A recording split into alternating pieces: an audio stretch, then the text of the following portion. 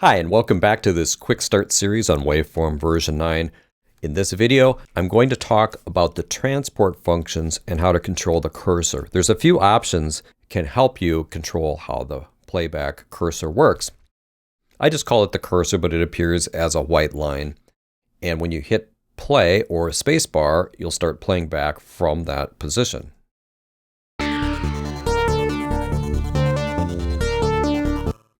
And I'll do this again and notice the start position, which I'll set the cursor here at bar 9. Just notice when I stop playback, it'll jump back to that position.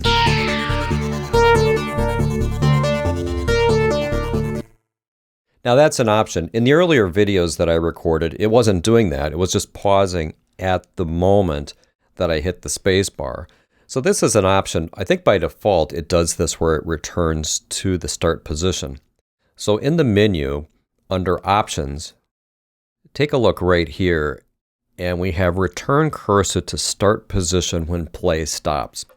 In some editing situations, or when you're recording, that could be pretty handy because you don't have to hit rewind every time you want to go back to the place you started recording from. So I'm going to turn that off, and then you'll notice that the cursor in the transport operates like play pause.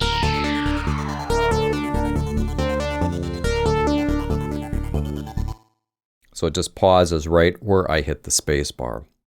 So that's one of the key options to be aware of. Now, there's a few things to know about rewinding. Waveform 9 has a true return to 0, which by default is mapped to the home key. And if you want to map that to something else, go into the Settings tab, the keyboard shortcuts, and just search for RTZ, and you'll find that keyboard shortcut. Now there's another one which is mapped to W, so I'll go here and press W. This is the traditional one. Jump to start of selected clips or start. You could also map W to the RTZ function if you want, but I will show you how this particular rewind works and how it's different. So if you have a clip selected,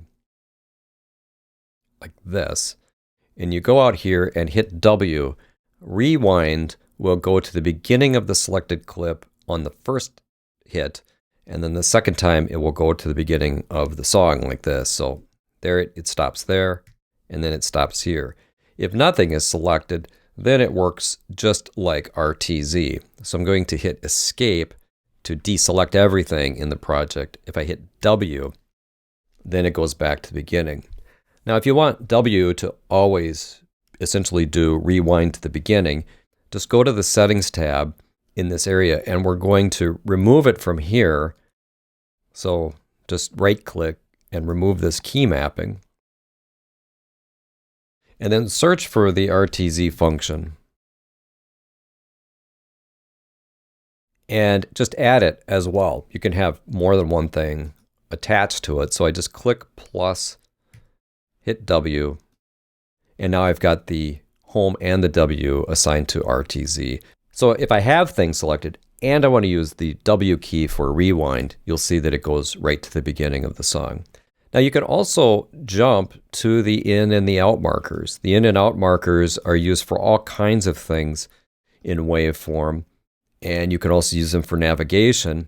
And it's using the curly brackets. This is a new standard for the defaults for Waveform 9. Shift and bracket, opening bracket takes you to the in marker, and the other bracket takes to the out market. So it's shift, and then the curly brackets are ways to navigate to the in and the out markers. You can also navigate to the end of the song using the end key on your keyboard. Now, you can also move the cursor around by clicking in the background. You can also click on the timeline, adding the Option key or the Alt key if you're on a PC, Option if you're on a Mac. Go to the timeline.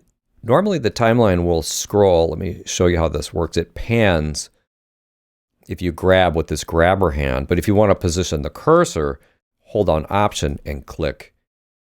This area just above the cursor on the timeline also works for zooming, but I'll show you more about that in a later video. So that's just something to be aware of. Option click or Alt click in the timeline positions the cursor.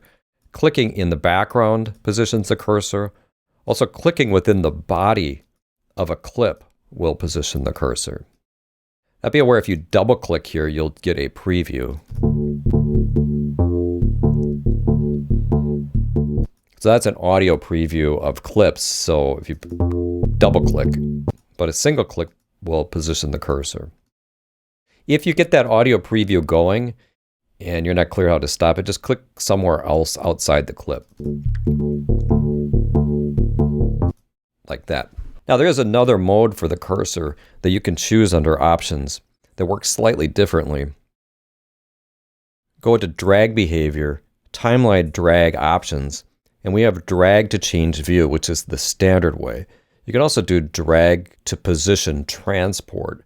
In this case, almost all dragging, if you drag within the body or drag within the timeline or even click within the timeline, the cursor will follow along. That disables the timeline zoom. So now if I'm dragging down, I no longer zoom. But it does give me the freedom to easily position the cursor anywhere I want. In this mode, there is an interesting way to zoom by holding right click and then dragging away from the cursor up on the timeline like this. So if I right click and drag away from the cursor, I can do this within the blank space as well. I think I can do it also on tracks. Here I'm dragging away from the cursor from the left or from the right. But it is kind of interesting because you can drag to position the cursor like this and then drag away from the cursor to get deep in here for zoom and chop style editing like that. I normally don't use that mode, but I know that some people have used Waveform from the early days of Traction really like this mode. It's good to be aware that it's there. And that is drag behavior, timeline drag, action, drag to position the transport. I'm going to change it back to this one, which is the default drag to change view. In this mode here, I can drag the cursor around, but not from the timeline. I'll be dragging the timeline itself in that mode, and I have the timeline zoom capability, which is something I use all the time. So that's a summary of moving the cursor, using the transport, and some of the options you have when working with those features in Waveform 9. Thanks for watching, and I'll see you in the next video.